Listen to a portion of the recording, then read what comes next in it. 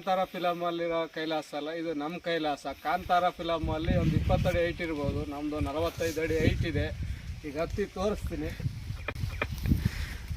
ಹತ್ತಿ ಅಣ್ಣ.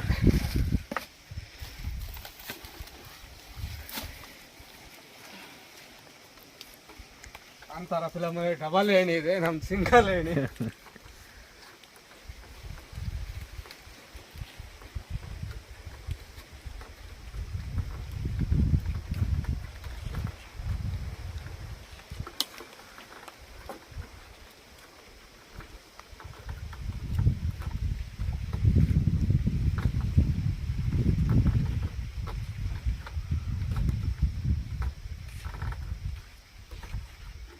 ಕೈಲಾಸದ ಲಾಸ್ಟ್ನೇ ಮೆಟ್ಲು.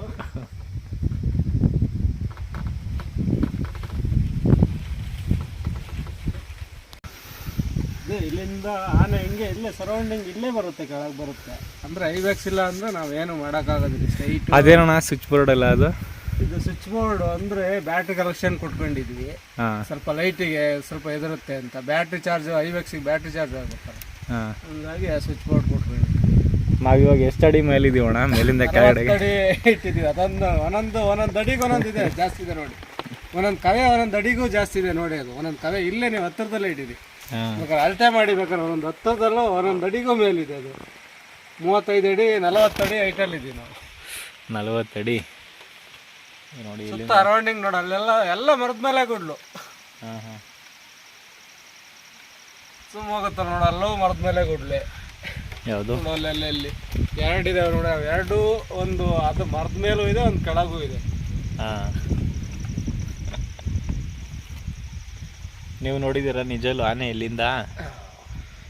ನಿಮ್ಮ ನೋಡಿದ್ವಿ ಇಲ್ಲೇ ನಾವು ಮಲಗಿದ್ವಿ 3 ಜನ. ನಾವು ನಮ್ಮ ಫ್ಲೈಟ್ ಇಲ್ಲೇ ಹತ್ರದಲ್ಲೇ ಬಂತು. ಅಂದ್ರೆ ಏನು ಮಾಡೋಕ್ಕಾಗಲಿಲ್ಲ. ಐವ್ಯಾಕ್ಸ್ ಹೊಡೆದಿತ್ತಾ, ಸ್ವಲ್ಪ ಕೂಗಾಡಿದ್ಮೇಲೆ ಆನೆ ಹೊರಗೆ ಹೋಯ್ತು.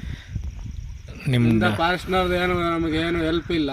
ಅವ್ರು ಪಟಾಕಿ ಕೊಡ್ತೀವಿ, ಅದು ಕೊಡ್ತೀವಿ, ಇದು ಕೊಡ್ತೀವಿ ಅಂದ್ರೆ ಏನು ಕೊಡೋದಿಲ್ಲ. ಸೈಡ್ನವ್ರಿಗೆ ಟ್ರಸ್ ಎಲ್ಲ ಬರ್ತಾರೆ, ಎಲ್ಲ ಹೋಗ್ತಾರೆ, ಆ ಥರ.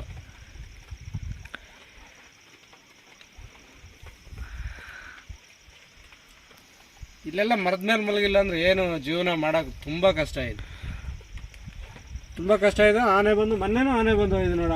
ಅವನಿಗೆ ಆನೆ ಬಂದು ಹೋಯ್ದು 3 ರೌಂಡ್ ಆನೆ ಬಂದು ಹೋಯ್ದು ನೋಡ. ನಾವಿಲ್ಲಿ ಮಲಗಿಲ್ಲ ಅಂದ್ರೆ ಏನು ಮಾಡೋ, ಯಾವುದು ಬೆಳೆ ತಾಣಂಗಿಲ್ಲ. ಟ್ರಾಸ್ ಅವು 2 ಇದಾವೆ. ಜಾಸ್ತಿ ಏನು ಬೆಳಿತೀರಣ್ಣ? ಜಾಸ್ತಿ ಜೋಳ ಬೆಳಿತೀವಿ. ಜೋಳ, ಶುಂಠಿ, ಕಬ್ಬು ಇತ್ತೀಚೆಗೆ ಕಮ್ಮಿ ಐತೆ. ಜೋಳ ಶುಂಠಿನೇ ಅತಿ ಹೆಚ್ಚು ಬೆಳೆಯೋದು. ಜೋಳ, ಶುಂಠಿ, ಅಡಿಗೆಡ್ಡೆ. ಅದನ್ನು ತಿನ್ನೋಕೆ ಬರುತ್ತೆ ಆನೆ? ಆನೆ ಎಲ್ಲದೂ ತಿಂತಿದ್ದು ಇವಾಗ. ಯಾವುದು ಬಿಡಂಗಿಲ್ಲ. ಶುಂಠಿ ಒಂದ್ಬಿಟ್ಟು ಯಾವುದು ಬಿಡಂಗಿಲ್ಲ. ಆಲೂಗೆಡ್ಡೆನೂ ಕಾಲಲ್ಲಿ ಹೊತ್ಕೊಂಡು ತಿನ್ನುತ್ತೆ. ಅದ್ರ ಜೊತೆಗೆ ಹಂದಿ, ಜಿಂಕೆ, ಕಾಡ್ಕೋಣ.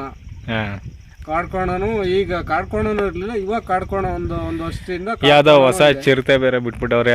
ಬಿಟ್ಟಿದ್ದಾರೆ. ಅದೇನೋ ಮನುಷ್ಯನ್ ತಿಂತದೆ. ಮನುಷ್ಯನ್ ತಿಂದಿದೆ ಮೊನ್ನೆ. 2 ಜನ ಅಟ್ಯಾಕ್ ಮಾಡಿ 2 ಜನ ಇದ್ ಮಾಡಿ ಮನುಷ್ಯಗೆ ಅವ್ರೊಬ್ರು ಉಳಿಯಂಗಿಲ್ಲ ಅಂತಂದ್ರು. ಒಬ್ರು ಇನ್ನೂ ಹಾಸ್ಪಿಟ್ಲಿಂದ ಬಂದಿಲ್ಲ. ಒಟ್ಟು ಕೆರೆ ಹತ್ರ, ಒಟ್ಟು ನಮ್ಮೂರಿಂದ ಪಕ್ಕದಲ್ಲಿ, ನಮ್ಮೂರ್ ಪಕ್ಕದಲ್ಲೇ ಅದು ಚಿರತೆನೂ ಬಿಟ್ಟು ಹೋಗಿದ್ದಾರೆ. ಒಂದು ಸಾಯಿಸಿರೋ ತಮ್ಮ ಕೆರೆ ಒಳಗೆ ಹಾಕಿದ್ದಾರೆ.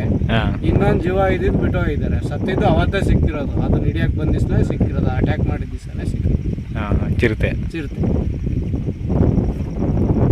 ಕರಡಿ ಇದೆ, ಮುಳ್ಳಂದಿ ಇದೆ. ಕರಡಿ ಜೋಳದೊಳಗೆ ಕುತ್ಕೊಂಡ್ರೆ ಹೊರಗೆ ಬರೋದೇ ಇಲ್ಲ. ಆ ಮುಳ್ಳಂದಿ ಅಂತ ಒಂದು ಸೌಂಡ್ ಇದೆ, ಅದು ಜೋಳದೊಳಗೆ ಹಿಂಗೆ ಕುತ್ಕೊಂಡ್ರೆ ನಾವ್ ಇಲ್ಲೇ ಗುಡ್ಲ ಮೇಲೆ ಒಯ್ಕೊಂಡ್ರು ಅದು ಹೋಗೋದಿಲ್ಲ. ಒಟ್ಟು ಏನ್ ತಿನ್ನೋದೊಂದು 4-5 ದಿನ ತಿನ್ನುತ್ತೆ, ಆದ್ರೆ ಹೋಗೋದಿಲ್ಲ. ಹೊಲದಿಂದ ಒಳಗೆ ಹೋಗೋದೇ ಇಲ್ಲ, ಹೊರಗೆ ಹೋಗೋದೇ ಇಲ್ಲ. ಬೆಳೆ ಎಲ್ಲ ಹಾಳು ಮಾಡ್ಬಿಟ್ಟೋಗ್ಬಿಡುತ್ತೆ. ಬೆಳೆ ಎಲ್ಲ ಹಾಳು ಮಾಡೋದೇ ಅದು. ಜಿಂಕೆ ಏನೇನು ಹಾಳು ಮಾಡಲ್ಲ. ಈ ಟೈಮಲ್ಲಿ ಬಂದ್ರೆ ಜಿಂಕೆ ಏನು ತಿನ್ನೋದು. ಜಿಂಕೆ ತಿನ್ನೋ ಅಂಥದ್ದು ಈ ಮೆಣಸಿ ಗಿಡ ಅಂಥದ್ದು ಇಂಥದ್ದು ತಿನ್ನೋದು ಬಿಟ್ರೆ, ಈ ಮುಳ್ಳಂದಿ, ಕರಡಿ ಬಂದ್ರೆ ಜೋಳತ್ತೇನೆ ಇದೇನು ಬಿಡ. ಎಲ್ಲ ಏನೇ ಒಂದು ಪ್ರಾಣಿ ಇದೆ. ಸಿಂಹ ಒಂದಿಲ್ಲ, ಹುಲಿ ಇದೆ, ಸಿಂಹ ಒಂದಿಲ್ಲ. ನಿಮ್ಮನೆ ಇಲ್ಲಿಂದ ಎಷ್ಟು ದೂರ ಅಣ್ಣ? ನಮ್ಮನೆ ಇಲ್ಲಿಂದ ಕರೆಕ್ಟ್ 2 ಕಿಲೋಮೀಟ್ರ್. ಈ ಗುಡ್ಲಿಗೆ 2 ಕಿಲೋಮೀಟ್ರ್. ಬೈಕಲ್ಲಿ ಅಳತೆ ಮಾಡಿರೋದು. ಬೈಕಲ್ಲಿ ಮೀಟ್ ಇಟ್ಕೊಂಡು ನೀವು ದಿನ ಇಲ್ಲೇ ಮಲ್ಗೋದು? ಇಲ್ಲೇ ಮಲಗಬೇಕಿಲ್ಲ ಅಂದ್ರೆ ಏನು ತಾಣಕ್ಕೆ ಆಗೋದೇ ಇಲ್ಲ ಇಲ್ಲಿ ಮಲಗಲಿಲ್ಲ ಅಂದ್ರೆ. ಹೆಂಡತಿ ಮಕ್ಕಳು ಬರಲಿ, ನೆಂಟರು ಬರಲಿ, ಫ್ರೆಂಡ್ಶಿಪ್ ಬರಲಿ, ಯಾರು ಬರೋಂಗಿಲ್ಲ. ಅಲ್ಲಿ ಮಾತಾಡ್ಸ್ಬೇಕು, ಇಲ್ಲಿ ಬಂದು ಮಕ್ಕ 6 ಗಂಟೆ ಕರೆಕ್ಟ್ 6 ಗಂಟೆ 7 ಗಂಟೆಗೆ ಆನೆ ರೆಡಿ ಇರುತ್ತೆ ಬರೋಕ್ಕೆ. ಅಲ್ಲಿಗೆ ಖಂಡಿತ ರೆಡಿ ಇರುತ್ತೆ. ಇಲ್ಲ, ಆ ಕಡೆ ಹತ್ತಕ್ಕಾಗಿಲ್ವಲ್ಲ.